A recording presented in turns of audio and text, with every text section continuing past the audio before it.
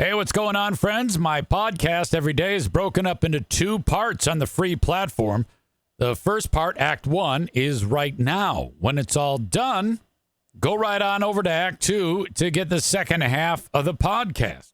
Thank you so much for checking out my show. Hello, friends. Welcome in to the Eric Zane Show podcast, a daily show where I discuss news, nonsense, and my personal adventures each and every day from right here in the Impact Power Sports Studio. Thank you to Impact Power Sports. They just committed to another fantastically productive ad campaign with your old pal EZ. Thank you so much for your support. Impact Power Sports online at impactpowersportsmi.com. Go there for a Yamaha golf cart, perhaps a motorcycle, ATV, UTV. How about an e-bike, go-kart, motorcycle, you name it, they've got it. Scooters at Impact Power Sports online at impactpowersportsmi.com. Go to their website, shop online, visit them in person in Rockford, Michigan. All right, so welcome. It is a Big Fraud Wednesday. We will be doing our evening shows with Ben Glaze coming up on a Big Fraud Wednesday. We'll kick it off at 6 p.m.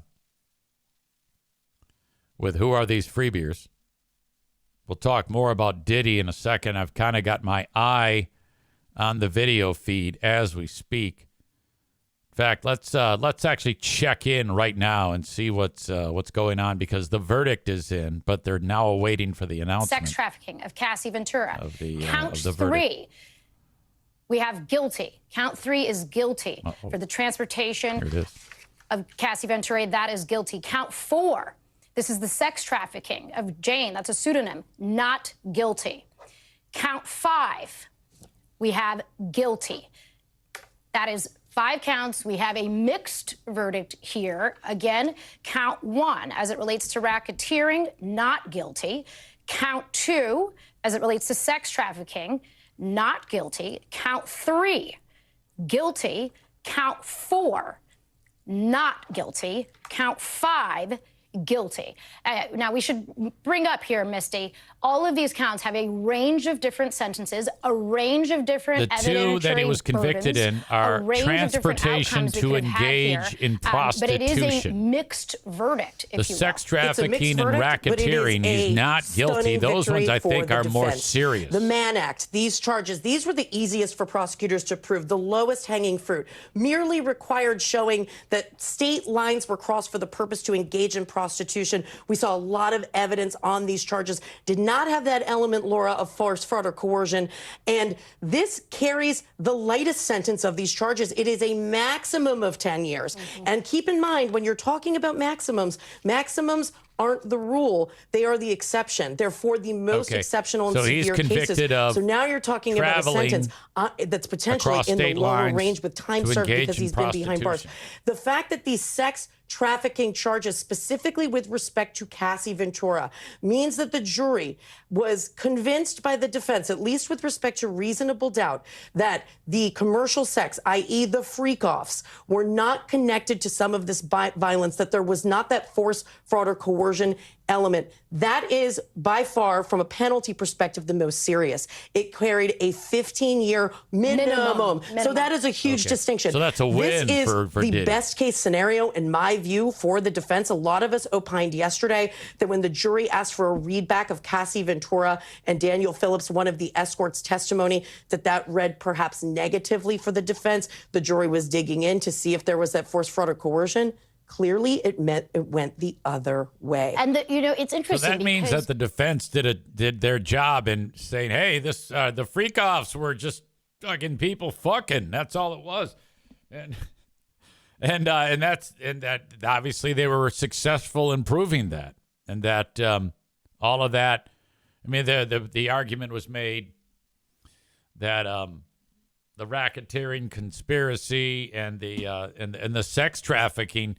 Not so, and the jury bought it. Running guns. Now, Federal prosecutors have used a far more expansive view of racketeering, especially in recent years in SDNY, right? Because Absolutely. they want to bring in all of the worst evidence. They want to stretch back the material decades ago. And so you've talked about how it allows them to tell a full story. Well, it turns out doing that in this case did not fulfill what the prosecutors had hoped, because obviously they have now cleared him. They have acquitted him of that top charge of racketeering. They have acquitted him of 2 other charges of using force and fraud, despite having that video, right, Misty? We talked about that video being so damning for him, where you see him on tape pulling Cassie Ventura by the hair. You see him stomping on her.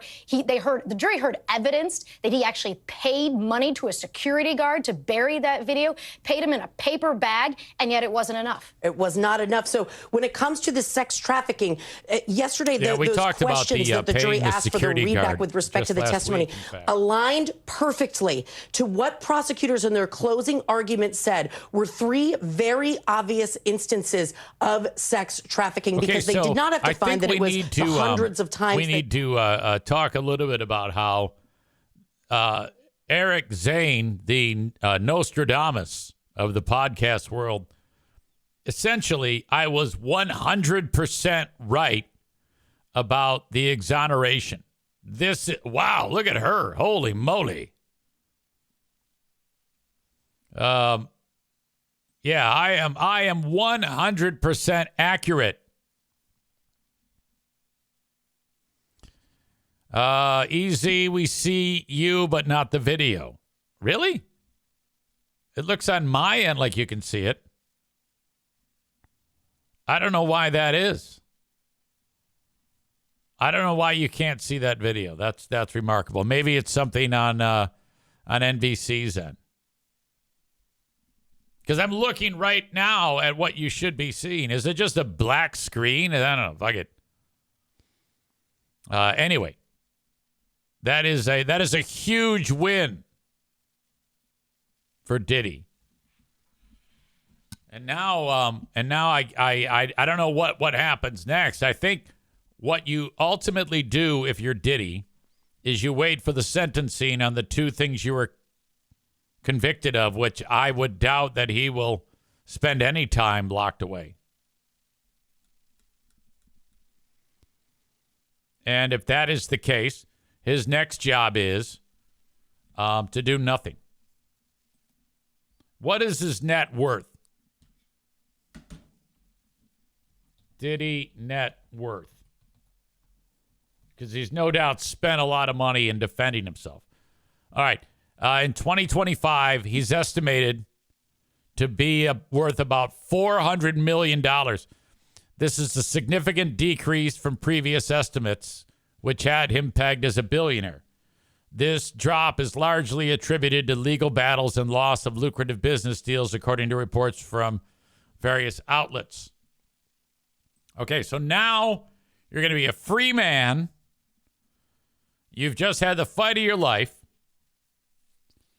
And you've still got $400 million. I think you just go away, right? But that's not entirely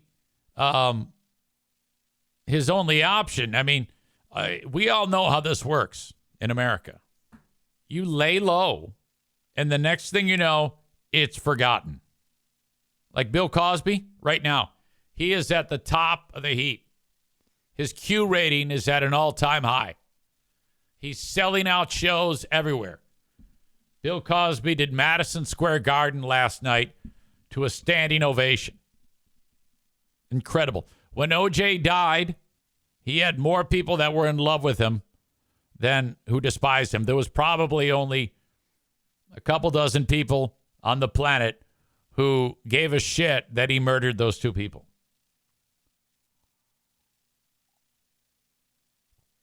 All Diddy has to do is lay low for a few weeks' time, and he can turn it around.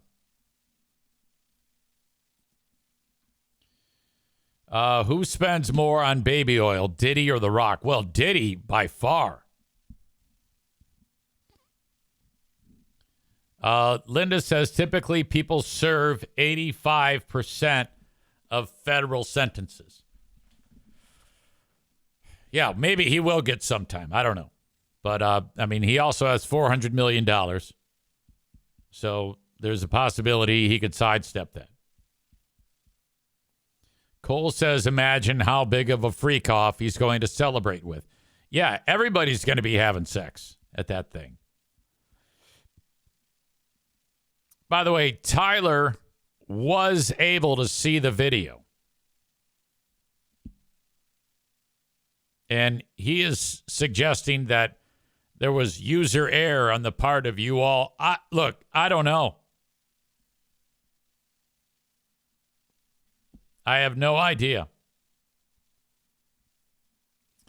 But nevertheless, in my opinion, this is a big win for Diddy. Thank you to Megan for tipping me off. She sent along a last-minute bit of information saying, "Easy, you gotta talk about this." Aram is here talking about another key trial. Linda is on Kohberger plea watch. Kohberger, I forget his first name. He's the one who slaughtered 4 kids in their beds. You know, I with some type of weapon. I forgot what it was called. Some type of blade. When it comes to slaughters, the fact that he was able to quietly slaughter 4 people. I mean, this is a stealthy motherfucker, Brian Kohberger. Think about it. Like, if you slaughter somebody, there's going to be some noise involved. This was like assassin level shit. To slaughter 1, not a peep. Next person, Slaughterfest, you're slaughtered. 3, hey, welcome to Slaughterville. Boom. And then 4, you've been dreaming away, but while you've been dreaming, I've been slaughtering. And then slaughters them. This animal is taking a plea.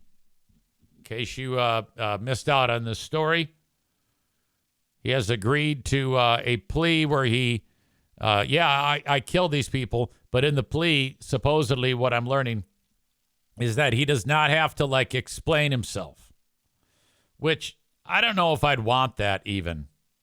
I mean, people are like, we got to know the motivation. It's like, I wouldn't want it, you know? I wouldn't. And another thing, I think people need to start getting out of the habit of when there's like a slaughter fest to like go to the trial. You gotta get past. You gotta not do that.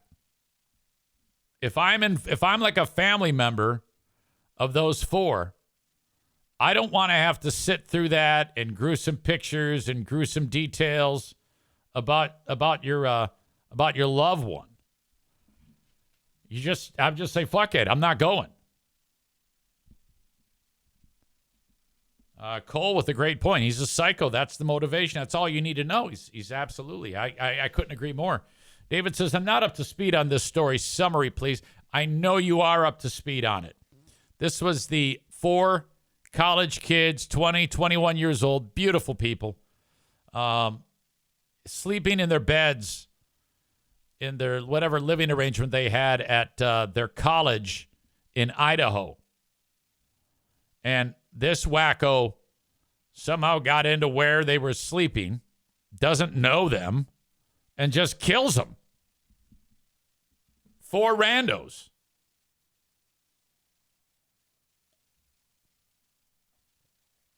Absolutely unbelievable. So now he's going to take a plea. He'll be locked up forever.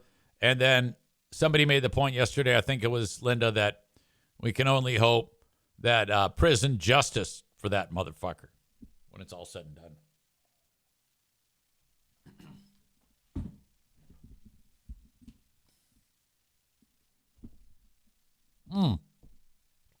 You ever get that last drink of coffee and it's got little bits of coffee in it?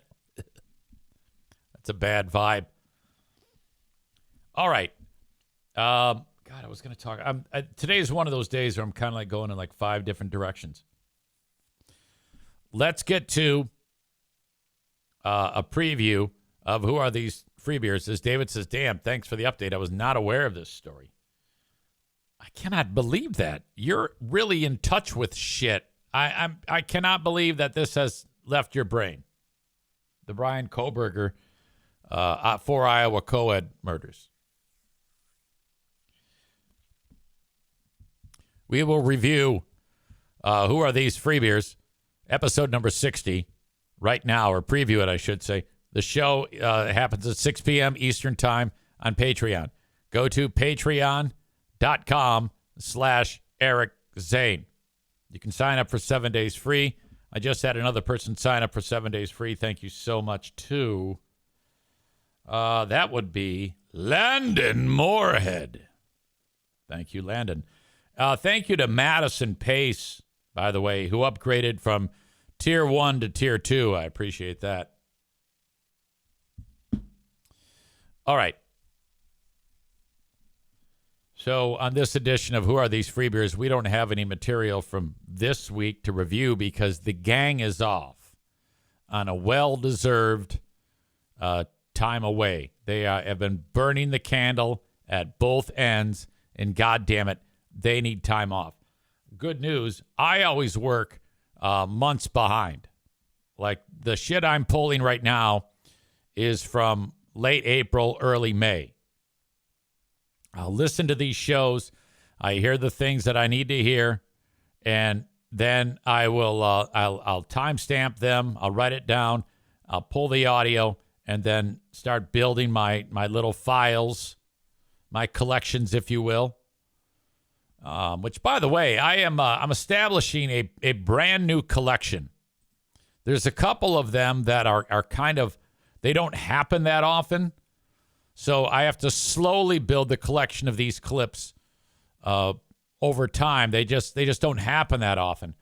And one of the things that I have, this is only 3 clips, and it's only 5.5 seconds, but it is the beginning of a supercut. All supercuts have to start out small at first. And our pal Freebeer loves to sing. Vodka shots! I don't want to be here for this. That means 5. Vodka shots! I don't want to be here for this. That means 5. He had a operatic style, I guess, with those. He sounds like a guy who would be singing show tunes. And it sounds goddamn awful. Vodka shots! I don't want to be here for this. That means 5.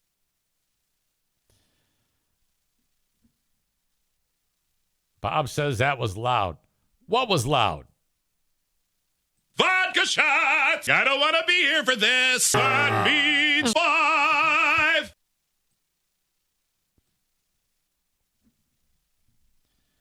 Alan says his singing lessons are paying off. Yeah, I guess the nose knows that he likes singing show tunes. So she got him like a singing lesson, which it just sounds so fucking stupid to me. God damn. She always tries to like tap into things that he likes, which I guess makes sense, but it just always seems so much like a try hard moment. He likes playing basketball, so she got him a basketball with a computer in it. And it like you like plug a plug into the basketball and it tells you how shitty you are. Tophus says, Jesus Christ, the more you play it, the more I want to punch him. Vodka shots! Vodka shots! Vodka shots! I don't want to be here for this. That means 5. Vodka shots! I don't want to be here for this. That means 5. That means 5. Vodka shots! I don't want. That means 5. That means 5.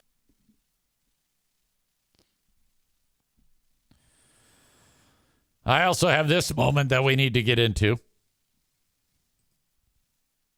Free Beer asked Steve a question about his parents getting a divorce. I don't know why, but Greg really thinks that's funny. Like, he used to bust my chops about my mom and dad getting a divorce all the time. And I was like, what a weird thing to use as comedy. So he always does that to Steve now, because Steve's parents were divorced, and Steve was older when they got divorced. I think he was a teenager, like 15, 16 years old. And I'm pretty sure it fucked him up, because he talks about how he had to get like intensive mental health help, because he talks about this on the show. Something I'm not talking out of school, that he's so upset because his daddy wasn't there, that he's very upset about that. So I can understand that. But Greg likes bringing these awful jokes up to him, and Steve never responds well. Like, this is how Steve responds. What makes you saddest? The fact that your parents got divorced, or you never even got a stepdad out of it? So that's really awkward.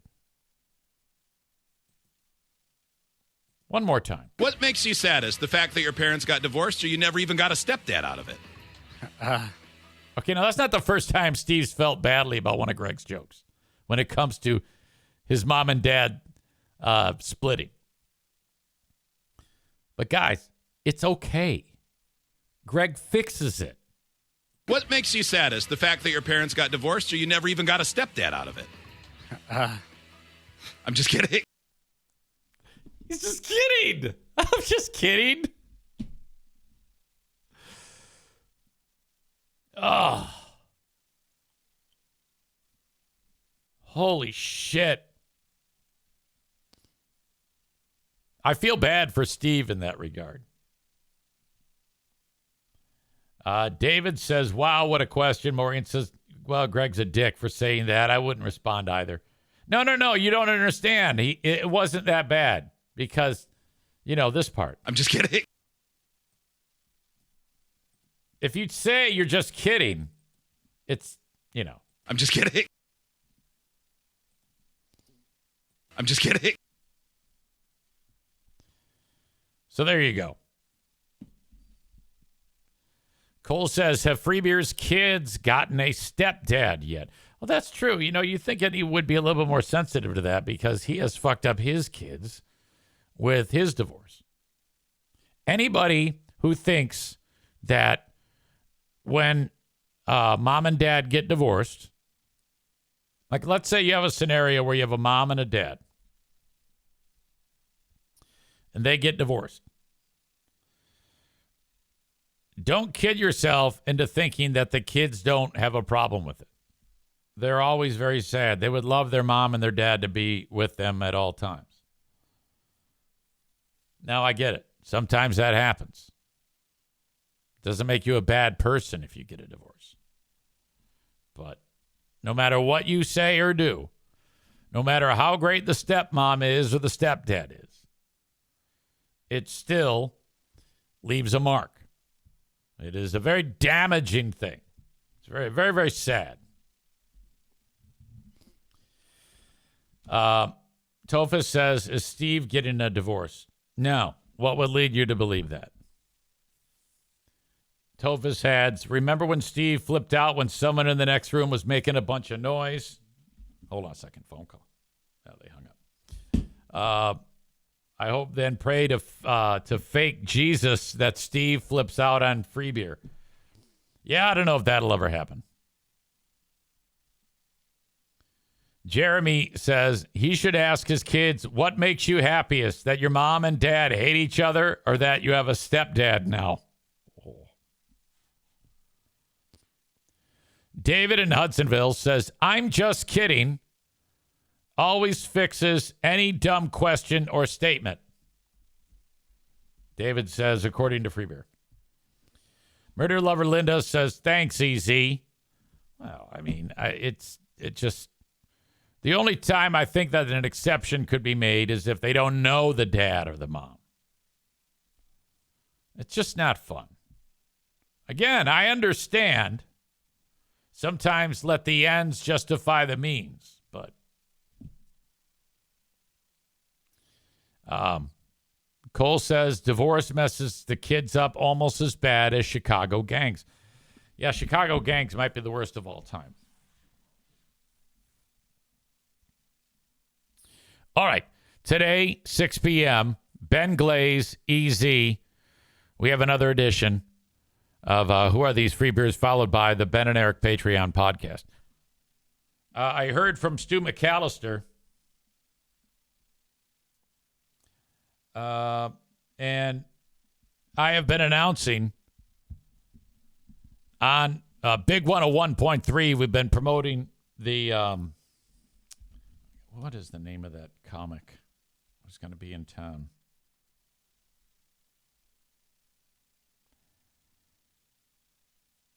Jim Gaffigan is coming to Grand Rapids. On the radio, though, I say, hey, Big 101.3 is bringing you Jim Gaffigan with special opening act Stu McAllister. Now, I do that all the time. Louis C.K. is going to be at DeVos for 2 nights. I do the same thing, but I say Ben Glaze. Ben Glaze opens up each of the Louis C.K. shows coming to Grand Rapids at DeVos Hall. I even go so far as to say, swear to God, the Allegan County Fair coming up in September, they're actually having a comedy night on Friday, the Friday of the fair, with Jeff Dunham and Gabriel Iglesias. But on the radio, I announce, ladies and gentlemen, triple threat comedy show. Greg Neuenfeld opens up his passive-aggressive tour. His passive-aggressive tour comes to West Michigan. And then he's going to hand it off to Jeff Dunham, who hands it off to Gabriel Iglesias. I always announce those shows that way, just to see if anybody notices. And most of the time, no one does. I say the craziest shit on the radio. That is not true. I've been announcing for years that Bill Simonson, Huge from The Huge Show, hosts a Saturday night disco swing dance party at the local gay bar.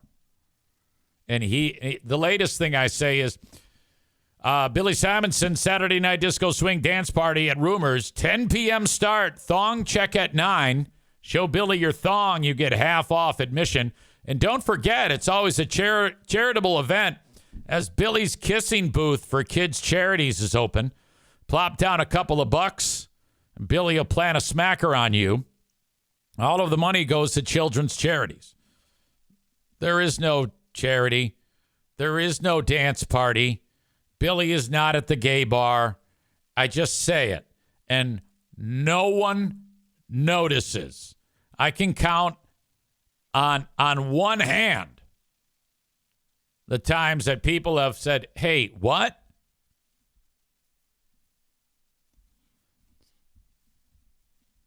So yesterday was one of those times because I promoted Stu McAllister live in concert, opening up for Jim Gaffigan.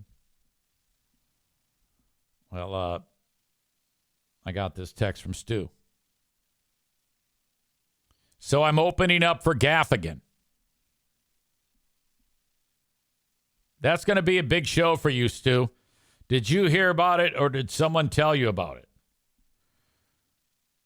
And he's referring to a friend of his named Jamie. It's a lady. Used to live with him. I think they're just like kind of pals now. Might have been a romantic interest at one point, but now it's kind of like, eh.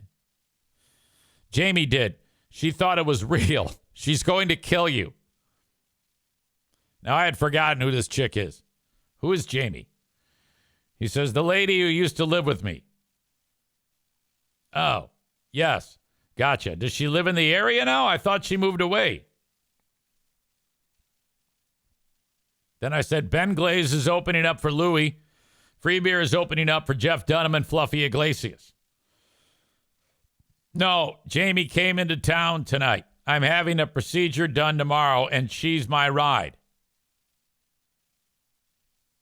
Yeah? Well, good luck with that. I hope everything goes okay. It's probably going to make you a lot more F rhymes with baggy. He wrote, camera up the old dick hole.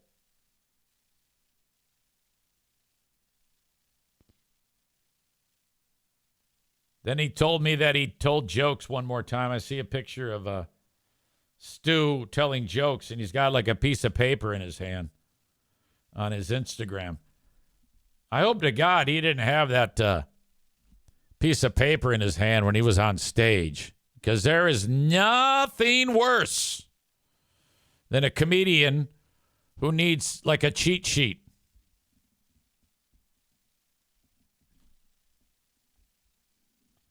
I said, perfect preparation for your show at Van Andel Arena. How about the fact that we can stick a camera up your pee hole now? I mean, that's been like that for a long time. The fact that something so small, it can go right up your pee hole, which, by the way, my hands are tingling just saying that. And they can get a good look as to what the hell is going on with you. Barefoot Megan is here. She says you can stick a lot of things up your pee hole. Well, all right, but I don't want to know them. Megan arrived at the house with her puppy dog the other day and her hubby, and no shoes on. Like, what are you doing? Good grief. Go put your shoes on. You can't be at my front door with no shoes. You know it, and you know exactly what you're doing. I'm a huge fan of human feet. They make me like want to stare. It's not even sexual either. Well, it's a little sexual, but not with you. Yeah, you can't walk around me with your tootsies out. I'm really aggressively into human feet. All right?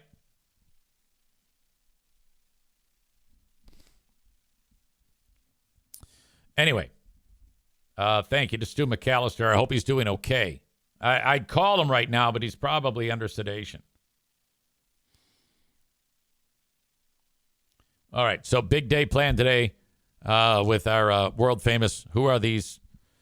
Free beers followed by the world-famous Ben and Eric Patreon podcast. If you are on Patreon, and some of you, like Derek D., he said to me, he goes, yeah, I'm not going to join the Zoom. That's just not my thing. It's like, I think you're missing out here. All right, this is such a judgment-free zone here. It is such a good time on the Zoom. Like, these people are all from different walks of life, and we're all kind of like pals. And the people on the Zoom have developed like character traits. And it's kind of like the character traits of the people on the Zoom carry the show. You know? It's really great. So if you are on Patreon, tier 2, that is, which is $10 a month, I provide for you a Zoom link before the show gets started. I post it. Click on it, and then it'll take you in there. Some of you are like nervous Nellies and anxious little fuckers. Like, who was it? Nick in Grand Rapids reached out, and he joined us last week. He's known as Clown of Carnage on Twitch. And he was like, yeah, I'm here, but oh, man, I don't know. I was really anxious about this. I didn't know what was going to happen. I was like, we're just here riffing, fucker. Quit being a fucking pussy. He says, he's right here. He says, yeah, it was fun. See, why do you young people got to stop looking into your very detrimental crystal balls of doom and gloom. And like, oh, yeah, well, what people are going to think shit about me. They're going to judge me. Quit that, you fuck. God damn. Tyler says, how many Zoom people do you have typically? On a good day, 15. Sometimes half of that. Just depends. Lately, we've had a lot of people in there. But yeah, if you're on there, you can be part of it. I think it's fun. You know, the craziest shit happens. Like I don't know if it was last week or the week before. Just as we were getting started, Pooh Bear reaches out to me and says, "Oh no, the dog got out." So I had to drop everything, and like everybody was still on the Zoom chatting, and I don't even know what happened. I mean, I'm not going to go back and watch that shit. And then I had to leave and run over to the next cul-de-sac to the Wittens and the Beaupres and get O'Neill was in the Beaupres backyard. And it was all Pooh Bear's fault. And that was the one where I go, why? I mean, what the hell? And she typically, if I in any way, like if the dog gets away, if I let the dog out and the dog gets away, and then Pooh Bear says, "What the hell? What are you doing?" You know what my response is going to be? Not the right thing. Yeah, I fucked up. I'm so sorry. You know, I got to do better. That is my response. If Pooh Bear does that and I go, "Hey, what the fuck?" She's going to go, "You do it too. You do it. You do the same thing." I go, "I know. And when I do, you know what I do? I own it."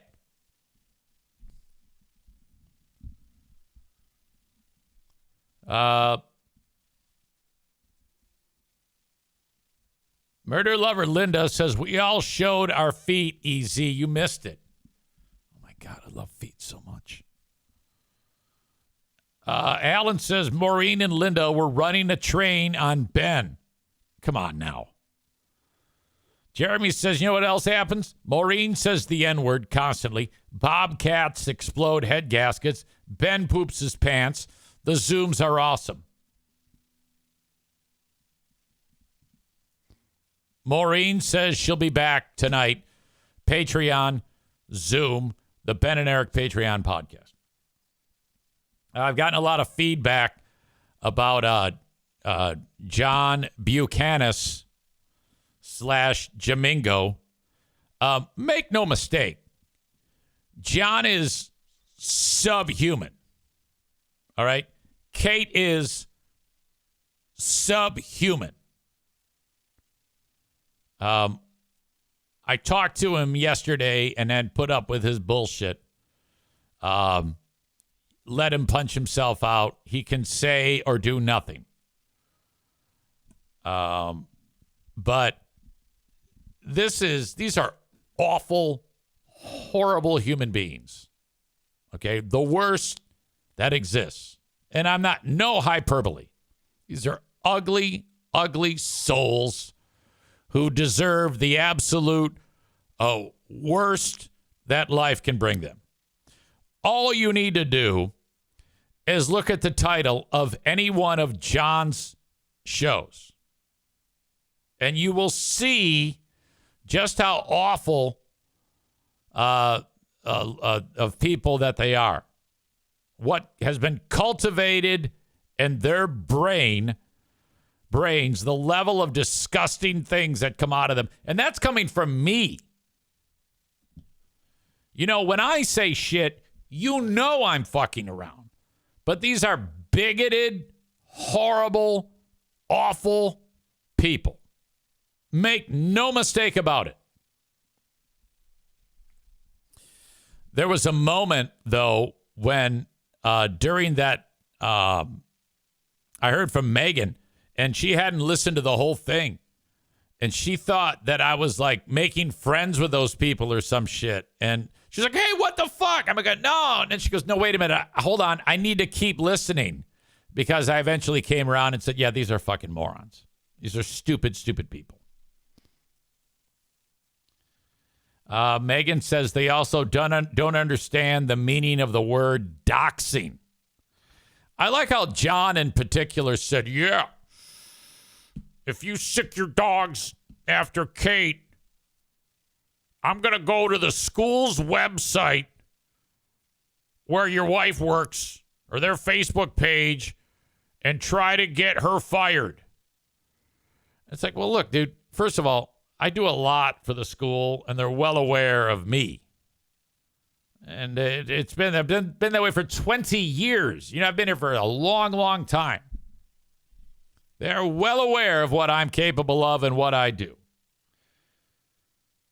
It's still not nearly even a fraction of the debilitating comments that you guys make. I mean, if, like I say to him, you're a goddamn racist, you're a bigot, you're a homophobe, you're this, you're that. And he says, no, I am not. I go, well, then what's the big deal about the people knowing what Kate does, considering the fact that her husband is a public servant? You should not be concerned about that because you're so not a racist. You shouldn't have any concern. Why is that a big deal? Now, truth be told, I don't want to have to say, yeah, because John is on my show yesterday saying that he's going to do this. So, I mean, him just saying that, which I pointed out to him, which I think he's too dumb to understand. John, you just tipping everybody off and saying that you're going to establish a troll campaign to try to smear the reputation of myself and my beloved wife. That's all I need if somebody comes up to me and says, hey, what's going on? If I do have to answer anything, I go, yeah, this is what it is. This guy is going out of his way. I mean, go ahead and take a listen to anything that I do. Everybody knows that I am absolutely not anything that you are. So don't get the idea that anything that I say or do is in any way devastating. Now, do I want anybody to go ahead and fuck with Kate? I still don't want to have to answer to it because it's a pain in the ass, but easily defeated. But no, I don't want anybody to go and harass Kate. So I'm asking you not to, the Tophuses of the world. Let's just keep it here. But it is funny to me that she is so sensitive as to who hears her show. It's like you're rolling the dice based on the level of hatred and vile commentary that comes out of this show. Your show. You're doing it. And no, what I did is not doxing. All right? Doxing is a much more involved process. And that's not it. So, fuck off.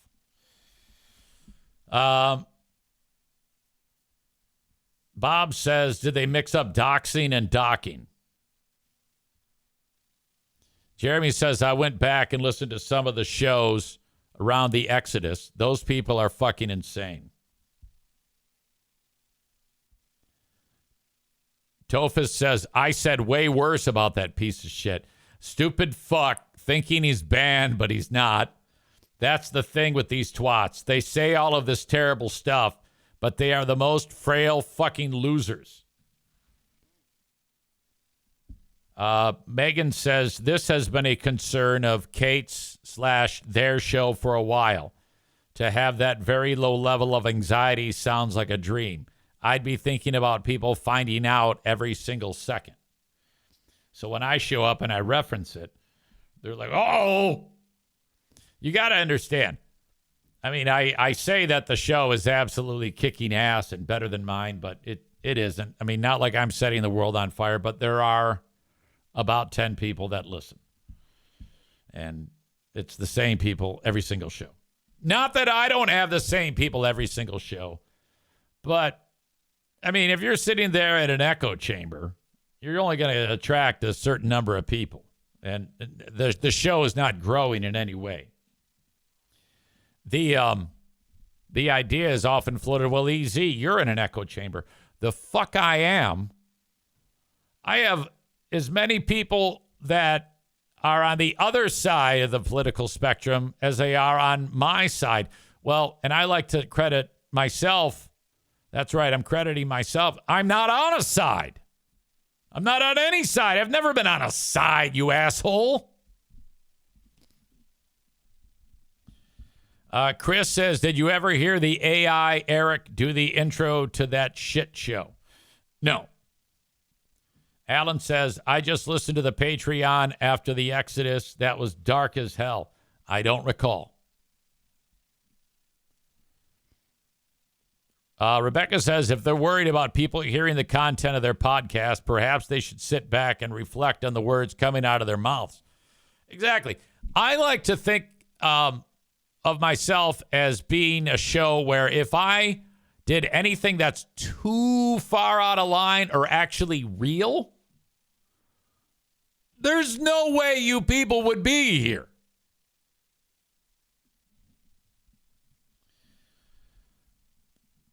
All right. So that's my follow-up to that doofus. Jeremy writes, EZ, I just listened yesterday to the clip, go suck a big black dick, Eric. You know you want to. Legendary. Go suck a big black dick, Eric. I know I want to. What is that episode again? 892, I think. Where are my glasses? Yeah, no, I'm sorry. 862.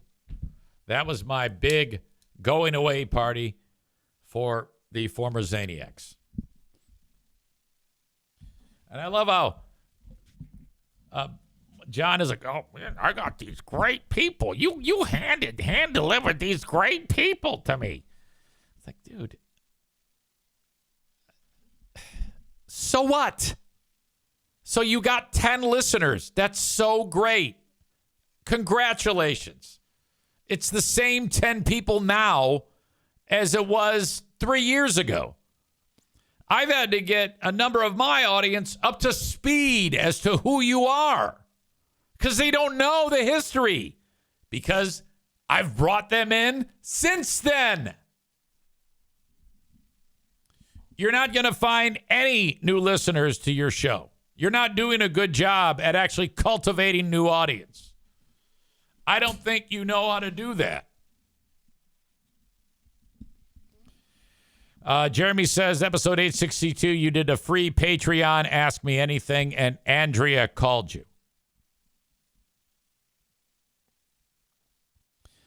Rebecca says, I've always wondered why she thought that was an insult. Why does it matter if anyone wants to suck a big black dick?